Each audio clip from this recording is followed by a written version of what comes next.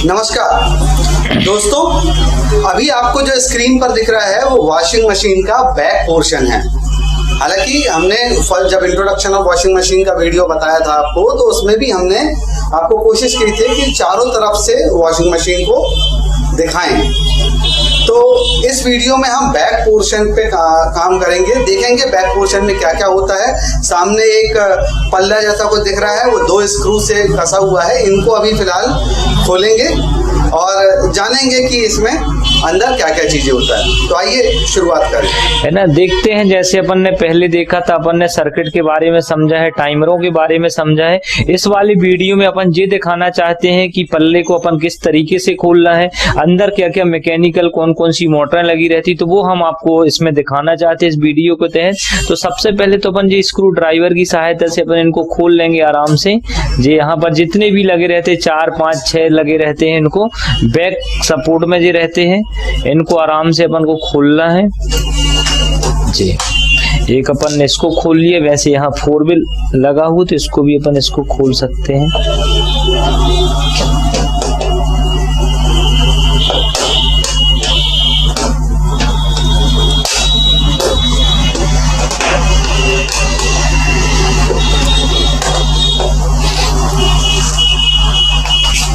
ध्यान रखें दोस्तों, सही जगह पे है ना। इसमें क्या है, 4 व्हील लगे, इसमें 4 व्हील लगेगा क्योंकि यहाँ 4 व्हील लगा, तो मैंने इसको, क्योंकि इसमें दिक्कत हो रही थी इसीलिए अपन ने 4 व्हील लगाया। अपन गलत लगाएंगे तो वो परेशानी भी अपन को लगेगी और काम होने पर भी दिक्कत हो जी। आराम से इसको पकड़ना है, इसके बाद इसको खोलना है। ये पल्ला हो गया अपना, ये बाहर निकाल के अपन अलग रख देंगे, जिसका पूरा अंदर का मैकेनिकल अपन को दिखाई दे देगा। ठीक है ना। तो आप ऊपर से बताना चालू करें। हाँ, आपको जे भी इसमें भी नीचे क्या लगे रहते हैं यहाँ पर। इसको मैं इसलिए खोल रहा, थोड़ी सा दिखाना पड़ेगा, क्योंकि किसी में इसमें जगह जो रहती कम रहती, किसी वॉशिंग मशीन में जगह ज्यादा रहती है। ठीक है ना। तो इस तरीके से नीचे तो थोड़ी सा संभव लग रहा, फिर भी अपन कोशिश करते हैं, नहीं तो थोड़ी सा अपन कैमरे को घुमा लेंगे तो ज्यादा दिखने लगेगा। ठीक है, घुमा लीजिएगा आप कैमरे को तो उसमें दिखाई देगा।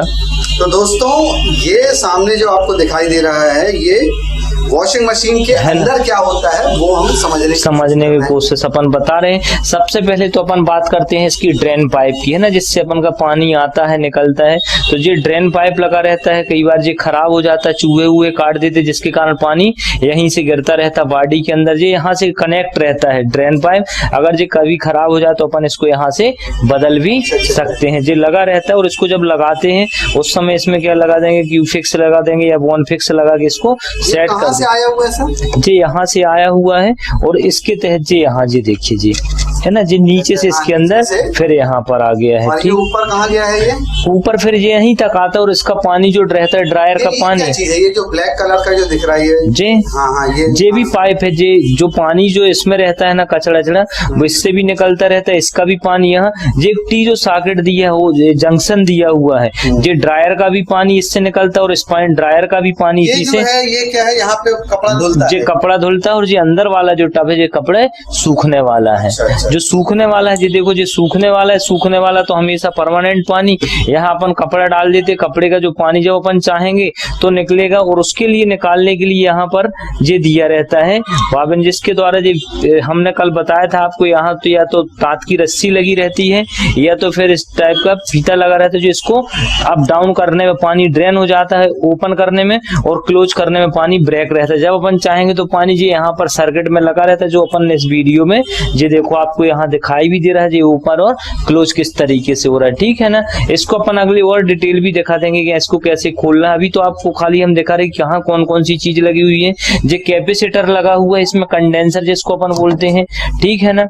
ये कंडेंसर है, इसमें 2 मोटरें लगी हुई हैं, एक स्पाइन मोटर है और एक बास मोटर है। जरा कैमरा उसको निकाल के, ठीक मैं चाह रहा था कि हाँ नहीं सही है, छात्रों को सीधे पास ले आके उनको दिखाता हूं। ठीक। ये है अपनी स्पाइन मोटर, इस साइड जो लगी हुई है, ये स्पाइन मोटर जो कपड़े सुखाने का काम।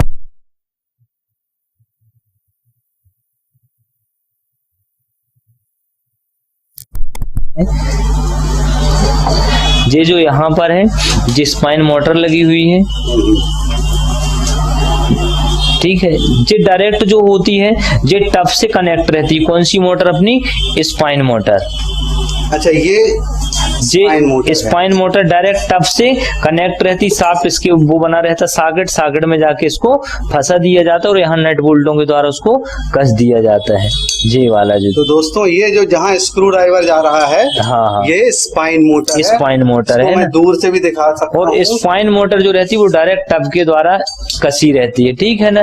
तो ये जो सामने जो आपको ये जो ड्रायर दिख रहा है, ये जो ड्रायर है, हाँ, इसके नीचे जो लगी स्पाइन मोटर है ना। अब अपन दूसरे साइड चलते हैं, है ना। दूसरे साइड पर जो दिखाएंगे वो अपन बास मोटर है, जो बास टप पर लगी हुई है। और ये जो मोटर होती है ये बेल्ट के द्वारा चलती है। देखो ये मोटर अलग है और इसके द्वारा यहाँ पर बेल्ट गियर अलग लगा हुआ, व्हील लगा हुआ है, यहाँ पर गियर लगे रहते जो इसको सिलेक्ट करके फिर मोटर को घुमाने में मदद करते हैं, ठीक है ना। ये बड़ा सा व्हील इसलिए लगा रहता है मोटरों के आरपीएम को कम करने के लिए और लोड पर मोटर को चलाने के लिए। इसलिए जो बास मोटर जो रहती है ये बेल्ट के द्वारा वर्किंग अपनी करती रहती है।